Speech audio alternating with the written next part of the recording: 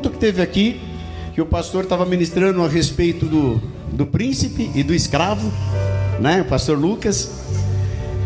E aquilo Deus falou comigo aqui. E lembrou desse irmão. Eu falei: Senhor, eu vou lá, eu vou arrumar uma oportunidade, vou lá falar com ele. Vou lá falar. Eu não sei o que eu vou falar não, mas eu vou falar. Eu só vou, né?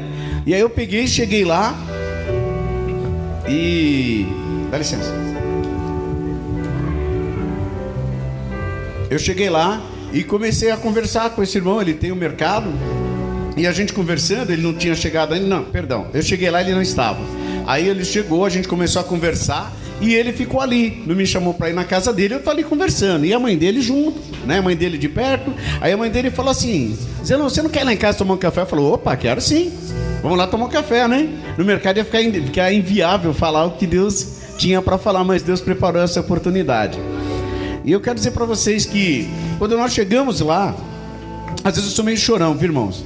Às vezes eu começo a falar alguma coisa, o Espírito Santo assim, ele me toca no jeito, começa a chorar. Eu sou que nem o pastor Lucas, começa a chorar e babar, né? Pela graça de Deus.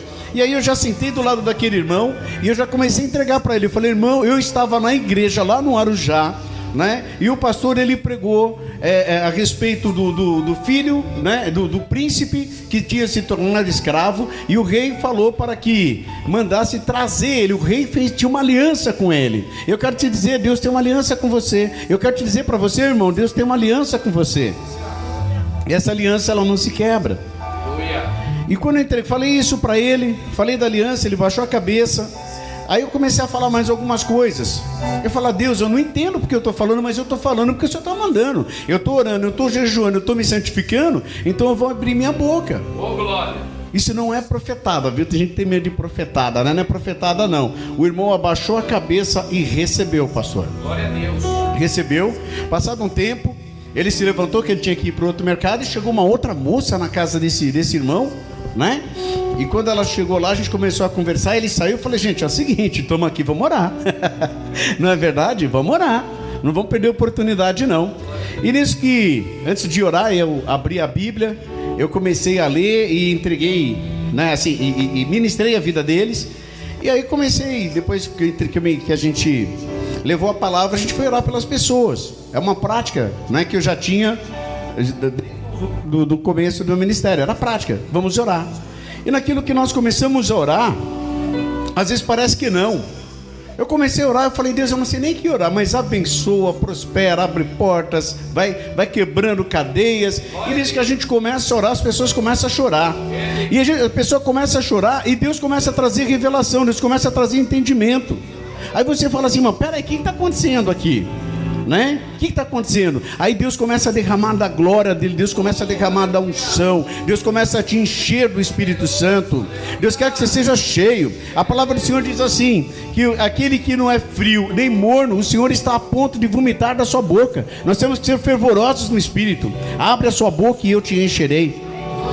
E nisso que começamos a orar pelas pessoas, eu e minha esposa, e as pessoas choravam. De repente uma das moças que estava lá, ela já começou a entrar nos ministérios, começou: oh glória, oh glória, oh glória, e começou a marchar. Oh aleluia, aleluia, aleluia. Ela começou a marchar, e tinha uma outra moça que eu nunca vi na minha vida, e Deus gostava dessa moça, orei por ela, e de repente Deus falou assim: ó, fala isso e isso para ela. Eu falei, e a mulher começou a chorar e chorava. E aí minha esposa foi orar por uma outra menina, e quando ela estava orando, Deus falou comigo: ó, essa menina, ela tem problema na casa dela, a mãe dela, ela é alcoólatra. Deus colocou isso no meu coração, porém eu não abri minha boca, porque não era o momento de abrir a boca, e fiquei quieto. E a minha esposa orou. E quando a minha esposa orou e nós oramos por ela, o diabo quis se manifestar ali. A menina ficou meio, sabe, tipo querendo desmaiar, mas nós oramos, repreendemos, e aí Deus revelou. Essa menina, ela estava na casa da tia. A tia falava: essa menina, ela não sai da minha casa, ela vive grudada em mim. Mas Deus falou comigo: ela fica grudada com você, porque lá na casa dela não existe paz. Ela não tem paz dentro da casa dela. Mas eu ainda tinha entendido que a mãe era alcoólatra. E a menina depois ela foi conversar com a minha esposa orou por ela, conversamos, né? E na volta a gente não falou nada, nem eu nem minha esposa. Quando nós estávamos voltando para casa, aí a minha esposa falou assim: você sabia que a mãe dela bebe? Eu falei, Deus revelou. Isso é dom, viu? É dom de Deus. Deus revelou. E aí a outra moça que estava lá também, que quando eu entreguei os mistérios para ela, ela começou a chorar copiosamente. E quando nós terminamos aquela reunião, a oração, a moça virou e falou assim: olha, eu ia beber. Eu estava começando a beber, ela estava até com um cheirinho de álcool, né? E aí foram me chamar na minha casa, eu vim aqui e eu não esperava ninguém que fosse falar de Deus hoje para mim. Então nós temos a oportunidade em todo o tempo de falar do amor de Deus. Nós temos oportunidade e a gente não pode deixar passar. E aí essa moça falou assim: eu quero confessar um negócio para você. Eu orei, eu falei com Deus: Deus, fala comigo, mas eu te peço, por favor, não usa ninguém que eu conheço, não usa ninguém nesse bairro, ninguém daqui, ninguém usa, levanta uma pessoa que eu nunca vi na minha vida para falar comigo. E Deus falou através da minha boca. E eu falo isso não para honra nem glória minha, mas para honra e glória do Senhor. Aleluia! E sabe o que Deus quer fazer? Que Deus colocou no meu coração? Deus quer levantar pessoas aqui cheias do Espírito Santo, cheios do poder de Deus, pessoas que profetizem, pessoas que falem, preguem a palavra com ousadia, com intrepidez, porque a palavra de Deus, ela diz assim: errais, não conhecendo as Escrituras e nem o poder de Deus. Uma coisa não anda longe da outra. E se o Senhor Jesus, Ele fez o que fez, Ele também nos capacitou para fazer. Ele nos capacitou para fazer. Então, irmão, é aquele negócio: se você quer, você recebe. Se você pedir, Deus dá. E Deus está querendo dar. Deus está querendo dar dons. Deus está querendo fortalecer a sua fé. Deus está querendo usar você. Oh, reba xerecanda rabassuri canta laba xerecanda ramanaya.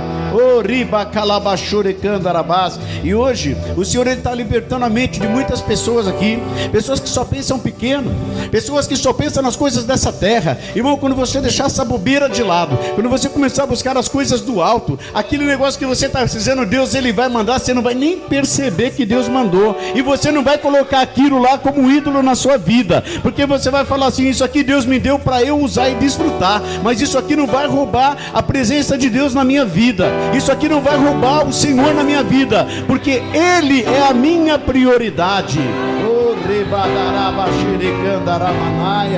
Eu quero te dizer, irmão, e quando você se aproxima de Deus nas suas orações, quando você se aproxima de Deus na leitura da palavra, você tem que se aproximar de Deus com expectativa. Você tem que entrar diante de Deus com fé. Você vai falar assim: Deus, eu estou pedindo, eu estou aguardando. Deus, eu estou pedindo e eu sei que eu vou receber. Essa noite nós estamos com obra lá em casa, e nós tivemos que dormir no quarto do meu filho. Aliás, a minha esposa e meu filho, né? Dormiram lá no quarto dele. Eu falei: eu vou dormir na sala. E é a noite que Deus me deu a palavra, né? Eu estava lá dormindo na sala tal, e Deus me despertou. Aí eu escrevi, né, o que Ele colocou para eu escrever. E passado um tempo, já tinha dormido tarde, levantei para escrever o que Deus falou.